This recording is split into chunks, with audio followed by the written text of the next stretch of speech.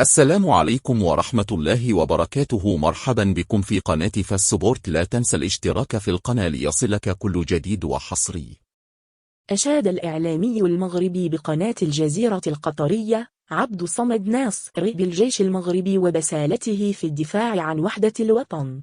كما قدم ناصر التحية للقوات المسلحة الملكية المغربية نظير تصديها لاعتداءات مرتزقة البوليساريو. ونشر ناصر تغريدة على حسابه على تويتر جاء فيها: تحية لرجال الجيش الذين يذودون عن وحدة المغرب وترابه ويردون على اعتداءات مرتزقة البوليساريو بما أتوا من قوة وسلاح. وأضاف ناصر يقول: وأما بروكات وكرامات طائرات الدرون فاسألوا عن مفعولها مسلح المرتزقة كلما تجرؤوا على انتهاك سيادة المغرب وحدوده.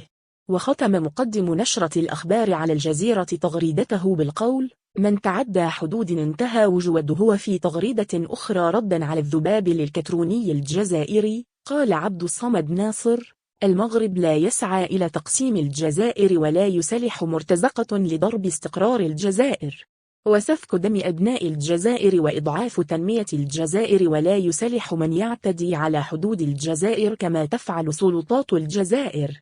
وتابع قالا: المغرب لا يسخر جهده الدبلوماسي لدعم انفصاليين في الجزائر ولا يوظف إعلامه للترويج للأباطيل والمغالطات ضد الجزائر، ولا يشحن شعبه بخطاب إعلامي يحقن نفوس ضد الجزائر أو شعب الجزائر. فماذا تريد سلطات الجزائر؟